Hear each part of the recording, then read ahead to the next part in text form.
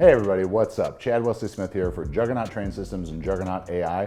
I am joined today by Marisa Inda, and we're going to be talking to you about how to train your bench press, giving you some key technical points to focus on, some common mistakes that you can avoid, and then some notes about frequency, exercise selection, different exercises that can help address different weak points in your bench press.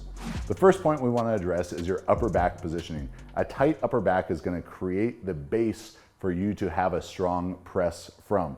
Kind of a saying that goes well with this is that you can't fire a cannon from a canoe. So we want to create as much stability as possible in your setup, and that again starts at your upper back. So you're trying to squeeze the shoulder blades together, get a good kind of lift up here in your traps, and as Marisa sets up, she's going to have her weight on her traps and her glutes.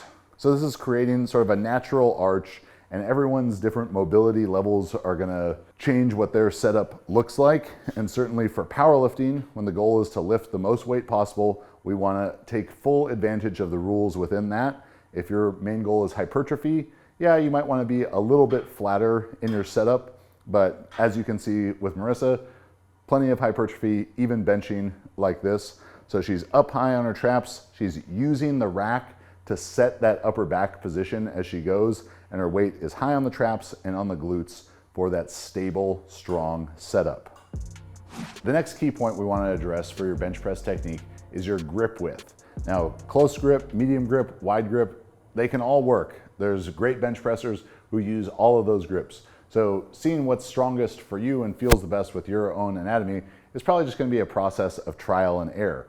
But whatever grip you choose, we want to make sure that when the bar is on your chest, you have the bar stacked over your wrist and your wrist stacked directly over your elbow. So for Marisa with a wider grip, you can see that this also creates a higher touch point. This goes with our next key technical point, the touch point. So if you are with that wider grip, probably a little bit more elbow flared with a higher touch point, where if Marisa was to move her grip in, now to create that stacked position, bar over wrist, wrist over elbow, she's going to need to have a lower touch point for that to happen. So again, which one is best for you is probably just a process of trial and error.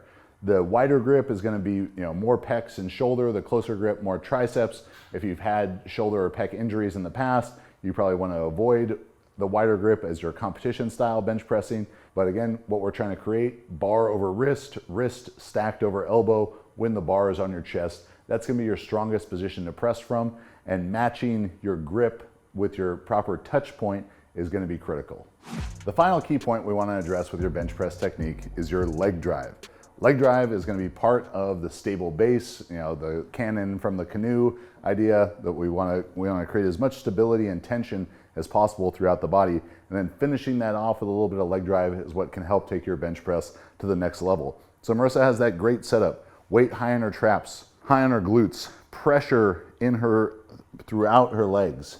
As she brings the bar down, and then as soon as she gets that press command, it's almost like a starter's pistol that she's driving her toes into the ends of her shoes, and that's going to initiate the press. So the timing of this is critical. So it's, as you initiate the press, it's legs and then press. Legs and press kind of, is very quickly happening. You don't want to start pressing and then trying to kick the legs in after that. And creating that leg drive by driving your toes into the ends of your shoes so you're pressing down and out, not pushing straight down, because straight down is going to make your hips come up off the bench, where the down and out is going to send that energy through your body, towards your head and up into the bar. And with leg drive, the more foot you can have on the ground is going to create more stability through the press. Some people will be great bench pressers with their heels way off the ground, and that's allowing them to have a bigger arch. But in general, more foot on the ground is going to be more stability and better leg drive. So a common mistake that we see in the bench press is your chest retreating from the bar during the descent. As Marisa brings the bar down here, you can see it's almost like she's reaching her chest up to the bar, keeping her chest high throughout the press, cutting down the range of motion. Again, for competitive powerlifting, you don't get bonus pounds or kilos for pressing it further, so we want to take full advantage of the rules as they are written. But a mistake that we'll see is as she brings the bar down, she kind of collapses in her upper back, her chest retreats from the bar, she loses some of that good strong upper back positioning high on her traps, and now she's having to press the bar further. If you lift in the IPF or IPF affiliates, You do have to be aware of the elbow depth rule. So depending on your grip width, your arm length, you can see some really successful bench pressers like our friend Megan Scanlon almost intentionally sink the bar into the chest to reach elbow depth and get a great press from there. That's going to be a bit more of an advanced technique, but definitely go and watch Meg's videos. Two-time IPF world champion, one of the best bench pressers in the world, and the way that she approaches that. But for most people watching this video, you're going to want to stay high and tight, avoiding your chest retreating from the bar at any point during the lift. So another issue we see with the bench press is having an improper touch point relative to your grip. So if Marisa has her normal wide, pretty wide grip, which is middle finger on the rings, if she was to have a low touch point on her chest with that, come down and stop, you can see that she loses the ability to have her elbow stacked under her wrist and her wrist directly under the bar. So for her to achieve that good position, she needs to have a higher touch point. If she's to have a close grip, to achieve the proper bar wrist elbow relationship, she needs to have a low touch point.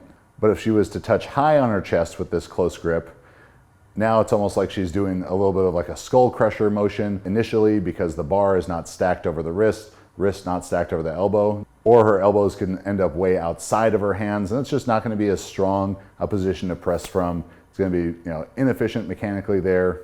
Extra stress on the wrists, extra stress on the elbows.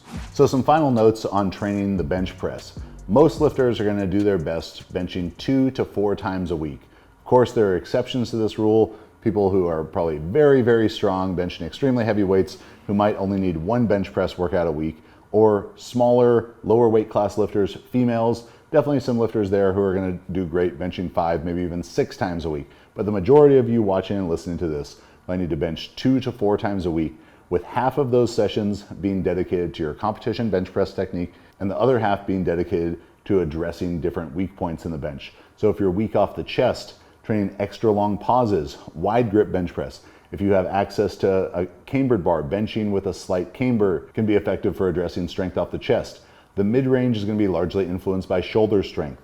So exercises like incline bench, spoto press, those are going to be great for addressing mid-range strength. And if you're weak in the lockout, close grip bench press, close grip board press, floor press, anything that's going to overload the triceps can be effective there. If you're not really sure what your weakness is, or you're a beginner and then frankly everything is a weakness, choosing a variety of exercises is going to be helpful. And if you feel your shoulders getting beat up a lot, controlling the range of motion with board presses, floor presses, or pin presses can be an effective tool for you there.